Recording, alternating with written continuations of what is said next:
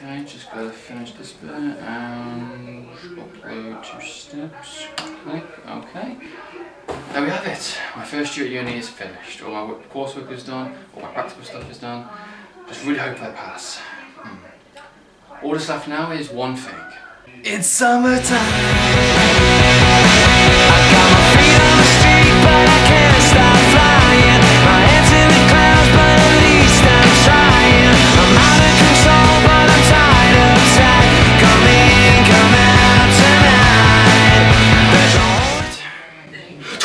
Minutes. Oh, that's gonna be a long summer holiday. Yellow? Oh yeah, before you say anything, my window is still working, okay? I know you're back on YouTube now and you moved house, yada yada yada, whatever, but you're still need to fix my window, okay? You've had a bit of fun, you've had a joke, right? Now, we need to fix it. What? Yes, I'm here, I'm talking to you right now, I'm in my house. Yes, he's dead, I killed him, I'm in the place where I shot him. Look, you can even go to his gravesite if you want to. I moved the body a couple of weeks back. It's starting to smell up the back garden a little bit. So if you go to Wellington Churchyard, you'll find him right there. Well, yeah, I'm pretty sure I buried him there. So what, you're saying Jason's right there with you right now? I find that very unlikely, considering what the franchise brought a new serial killer called Tommy, which will be the new Jason killer in a sense. So unless the franchise went, no, forget the new killer because of bitches and moaning because of the audience wanting Jason back, I very much have a secret to do that now, huh? Hello? Hello? What are they going to do? Have a bolt of lightning and magically bring him back to life? That's stupid.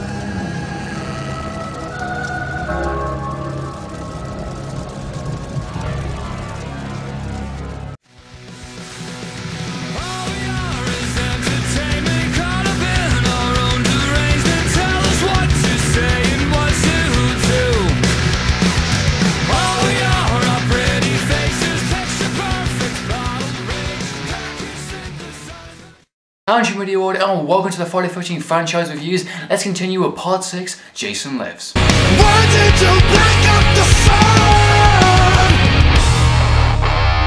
The film was released 1 year after part 5 back in 1986, bringing back the legendary Jason Voorhees to our main screen. This is mainly because of audiences were pissed the fact that Tommy was going to be this new kind of Jason killer in a sense, and the writers decided to go, okay, people don't want this new killer, we'll bring back Jason as a walking zombie pretty much, and we can pretty much kill him and stop him and do whatever we want with his character, and we can bring him back as much times as we want to because he's practically a zombie. Which explains why in the franchise from this point on now, Jason will always be killed off and he'll always come back because he's an unstoppable killing machine. Now some of the original ideas for the script of this movie was originally going to be Jason's father was coming into the actual mix, which would have been a bit strange, Tommy going against, you know, Jason's dad. It's a bit like, you know, where the heck did that come from? I would have imagined the actual character would have been killed off a long time ago by Mrs. Voorhees, or she would have been a single parent by the fact of, you know, what she said in the first movie. So that idea I'm glad they actually dropped because it's a stupid idea in all fairness. The storyline follows the return of Jason coming back to life, how he's doing what he does best, killing young teenagers at Camp Crystal Lake, or as is known now as Forest Green, while Tommy must actually stop Jason once and for all in this kind of ultimate showdown. Yeah. Now the opening of the movie sees Tommy driving down to Jason's grave to basically make sure he's dead and to kind of burn his body to make sure he goes to hell. And it's like, okay, you stabbed him repeatedly with a machete in part 4 and you stopped a copycat killer. I'm pretty sure he's dead in all fairness. But no, he digs up his grave and he finds his body, which contradicts the 5th movie, being the fact he was already referenced the fact that he was turned to ash. So basically the question is, who didn't ash Jason's body? Death doesn't like to be cheated. Ah, that makes sense, yeah. And when Jason is fully restored, he puts the legendary mask on, we get this really kind of shitty main theme music, which is even worse than that techno music from part 3. For a tension building kind of, you know, fear-like scene, kind of dreading scene where Jason's coming back, it takes away all that kind of elements and just leaves it with a very cheesy kind of theme. It's like the composer like, whoops, kind of thing on the keyboard and actually decided, you know, I'll just use that instead. But on the better side, the actual scoring did improve in the later movie, especially in the final act of the actual movie. The scoring definitely did kick in and improve, and it gave me some, like, you know, some really exciting scenes in it, especially the confrontation between Tommy and Jason. I have to thank the writer or the editor, whoever did that kind of that shot where the actual camera zooms into Jason's arm and you get to see Jason actually doing a James Bond. Genius, absolute genius. The director or writer must have known, or someone who did that movie must have known they were ripping off James Bond, because it's one of the most funniest scenes ever. And guess what I'm going to do?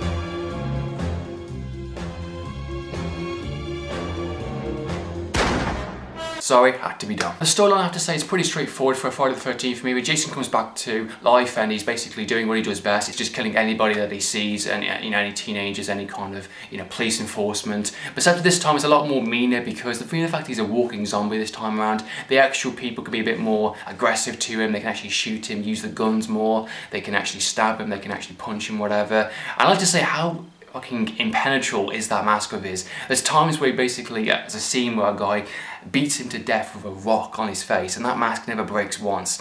So that mask is pretty much invincible, I think, perfectly honest. He's going back to Camp Crystal Lake, or what is known now as Forest Green, which is one of the most smartest ideas the franchise has done so far, actually renaming the bloody bath of the actual Camp Crystal Lake itself, and actually renaming the town, renaming the location. And so the movie has some pretty good, smart ideas and good intentions in it, and they covered their tracks pretty well. The town's pretty much buried Jason's legend to the farthest they can, and I like the idea of that. The story is very simple. It's nothing too, like, you know, explosive or complicated. You know, they treat it as an actual first of a new franchise in a sense, but in the fact they don't kind of reference any of the other movies. Decent and actually was worthwhile as an actual Jason movie. I think one of the main reasons that I enjoyed it more is the fact that the fifth one was a bit like, he didn't know what he wanted to be a little bit, and the fourth one was such a disappointment for a final chapter. This one was so, like, hard hitting, and it definitely did some new elements in it, and I think the director slash writer definitely had some fun in this movie for sure. The first victims, the actual opening of the movie, I felt were actually generally quite smart.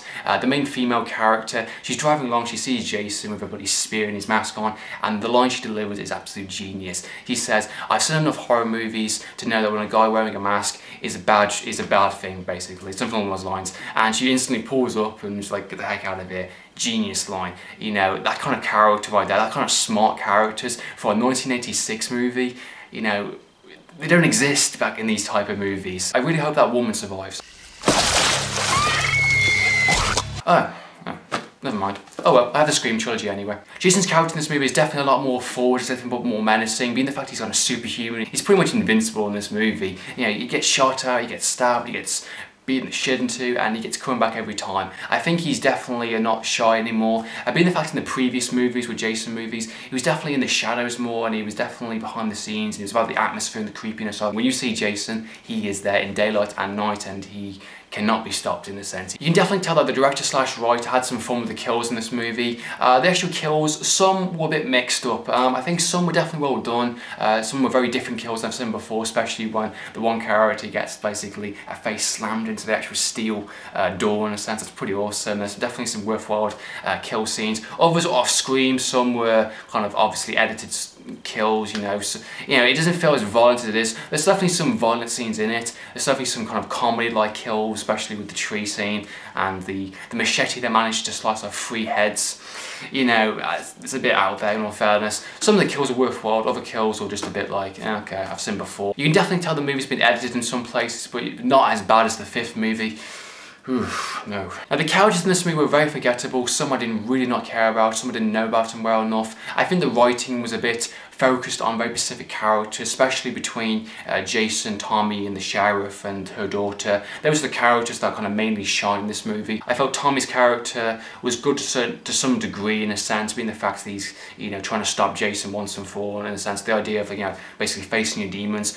The character has some development, and definitely the final act of the movie definitely shines the most. My favourite character of the entire movie was the sheriff. I felt he was intelligent, I felt he was smart. He definitely gives some very interesting insight into the Jason legend. He probably was on scene for some of the crime scenes most likely, and he definitely deserved to kick Jason's ass. And I think he did a pretty decent fight, especially some of the scenes between him and Jason. His daughter character, which I didn't even know her name, in all fairness, I completely forgot. I felt she was just an unspoiled brat, in all fairness.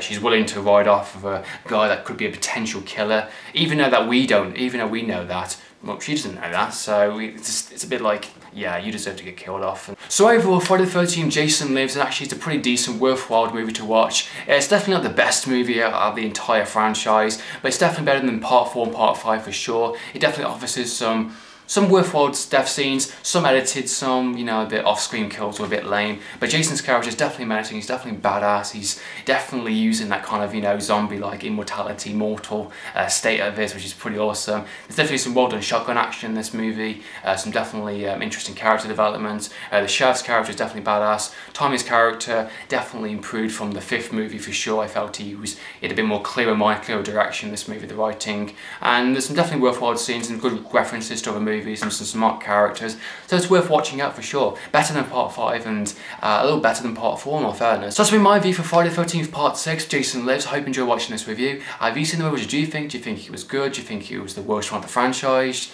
Love to know your opinions, comment down below. Meantime, what you think? Signing out.